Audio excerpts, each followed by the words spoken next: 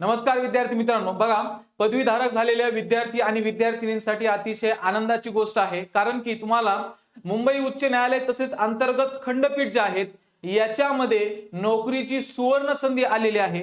बघा माझ्या पाठीमागे काय आहे, तर माननीय उच्च न्यायालय मुंबई आणि नागपूर व औरंगाबाद खंडपीठाकरता पदनिर्मिती। मग याच्यामध्ये काय आहे की बाबा 2228 पदांची काय केलेली आहे, पदनिर्मिती केलेली आहे। याच्यामध्ये वेगवेगळे पद आहेत, ज्यामध्ये एक लिपिक पद आहे, एक शिपाई पद आहे। पण आपल्याला या व्हिडिओमध्ये खास करून बघायचंय की ज्या विद्यार्थ्यांचं ग्रॅज्युएशन म्हणजे ज्यांची पदवी पूर्ण झालेली आहे अशा विद्यार्थ्यांसाठी एक सुवर्ण संधी आहे, ती म्हणजे मुंबई उच्च न्यायालय तसेच औरंगाबाद असेल, नागपूर असेल या खंडपीठामध्ये जॉब करण्याची एक सुवर्ण संधी आहे। वन बाय वन आपण बघूया ती काय आहे संधी।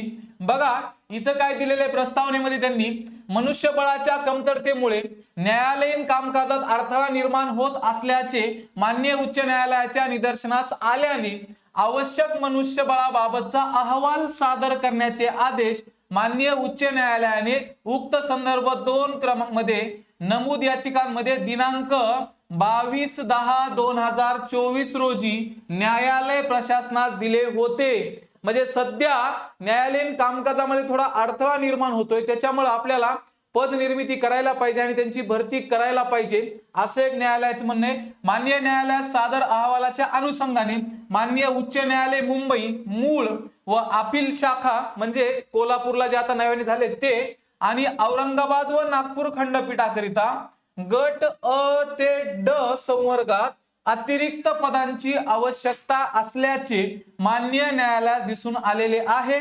त्यानुसार पद निर्मितीचा प्रस्ताव शासनास सादर करण्यात आला आहे। माननीय न्यायालयाने सदर प्रकरणी वेळोवेळी पारित केलेल्या आदेशाच्या अनुषंगाने पद निर्मितीच्या प्रस्तावास मान्यता देण्याची बाब शासनाच्या विचाराधीन होती।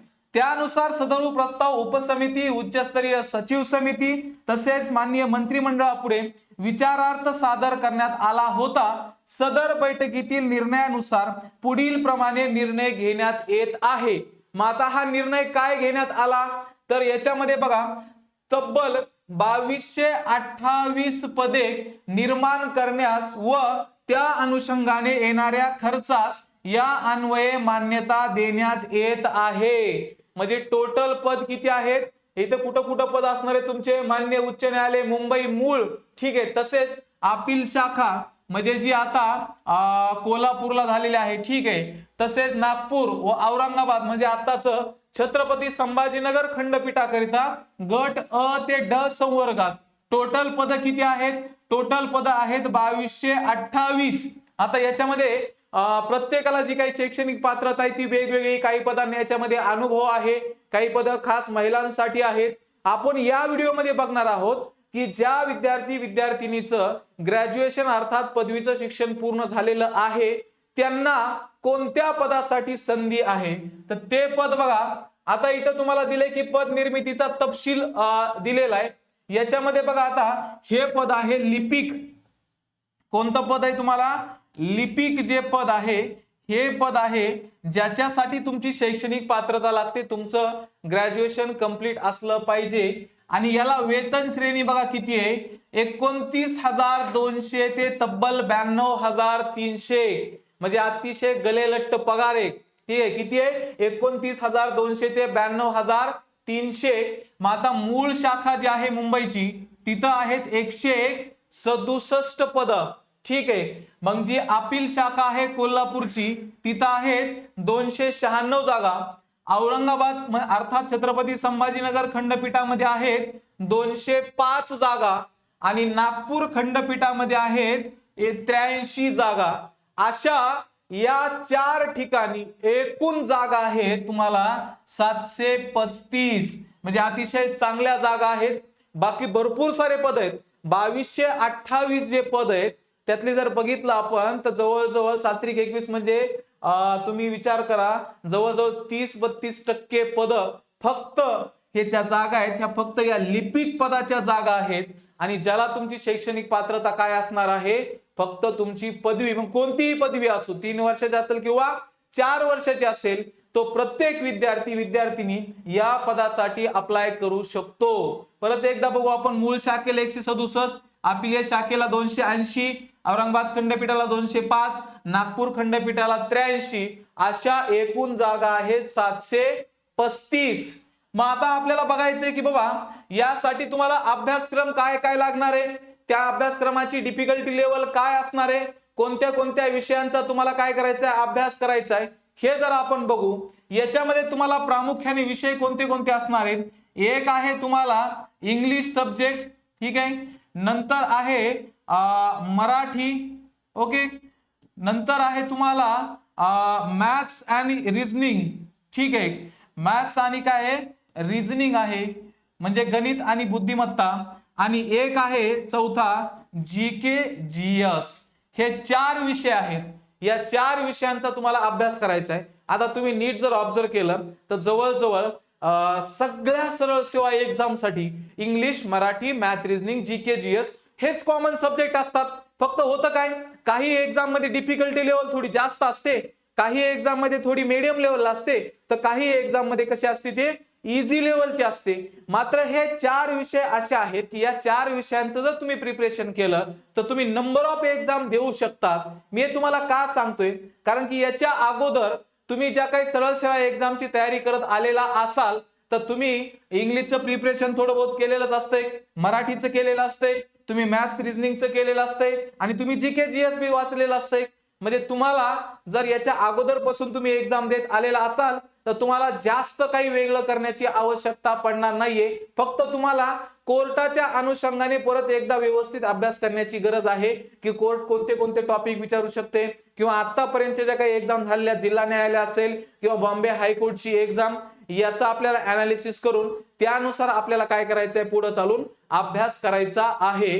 मग बघा इथं आता हे जीके जीएस आहे, ठीक आहे. मग आता विद्यार्थ्यांचा प्रश्न काय असतो किंवा परीक्षा मग कोण घेणार आहे, तर परीक्षा लक्षात ठेवा, परीक्षा हे स्वतः न्यायालयच घेत असते परीक्षा, ठीक आहे. परीक्षा दुसरं तिसरं कोणी घेत नाही. नाहीतर विद्यार्थ्यांचे बरेच सारे प्रश्न असतात की मग आम्हाला हे परीक्षा टीसीएस घेणार की आयबीपीएस घेणार की मग का कोण घेणार आणखी, तर परीक्षा स्वतः न्यायालयच घेत असते. याच्यामध्ये जर डिफिकल्टी लेवलची आपण गोष्ट केली तर बघा, ज्या काही आतापर्यंतच्या सरळ सेवा एक्झाम आहेत त्यांची जी काही लेवल ऑफ डिफिकल्टी होती, त्यांचा जो काही पॅटर्न होता थोडासा वेगळा पॅटर्न आहे, पण डिफिकल्टी लेवल जवळजवळ सरळ सेवा एक्झाम सारखीच आहे. म्हणजे तुम्ही आतापर्यंत जे प्रिपरेशन केलेले त्याच्यामध्ये तुम्हाला काही ऍडिशनल पॉइंट टाकून तुम्हाला प्रिपरेशन करायचंय. आणि जे विद्यार्थी आहेत की बाबा जे नव्याने प्रिपरेशनला लागणार, ज्यांना आता बघितलं की जागा निघलेल्या आहेत, मग आपण पण प्रिपरेशन करायला पाहिजे, अशा विद्यार्थ्यांसाठी हे 4 विषयांचं प्रिपरेशन जर करायचं म्हटलं तर एक 3-3.5 महिन्यांचा जर कालावधी दिला, कारण बघा आता पदांना मान्यता भेटलेली आहे, आता लवकरच जाहिरात येणार, जाहिरात आल्याच्या नंतर एक्झाम होणार. या सगळ्यांना नाही म्हणलं तरी आतापासून जर पकडलं तर एक 3.5 महिन्याचा कालावधी लागेल, एक 3 ते 3.5 महिन्याचा कालावधी लागेल.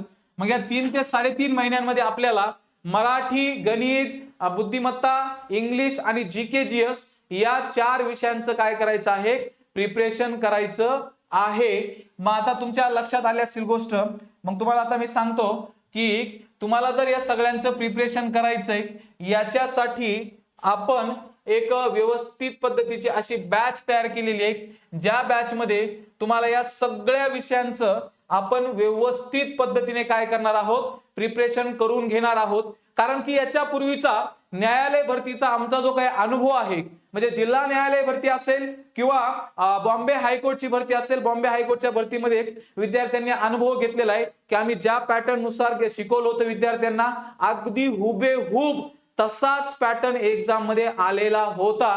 म्हणून यावेळेस देखील जी काही खंडपीठांची भरती आहे या भरतीला डोळ्यासमोर ठेवून पुन्हा एकदा नव्याने विद्यार्थ्यांना जो काही अपडेटेड सिलेबस आहे किंवा येणाऱ्या काळात आणखी कोणता कोणता पॅटर्न न्यायालय कोणत्या क्वेश्चन टाईपवर भर देऊ शकतं वेगवेगळ्या विषयांमध्ये, या सगळ्यांना डोळ्यासमोर ठेवून आपण ही न्यायालय भरतीची जी काही बॅच आहे ही लाईव्ह प्लस रेकॉर्डेड बॅच तयार केलेली आहे.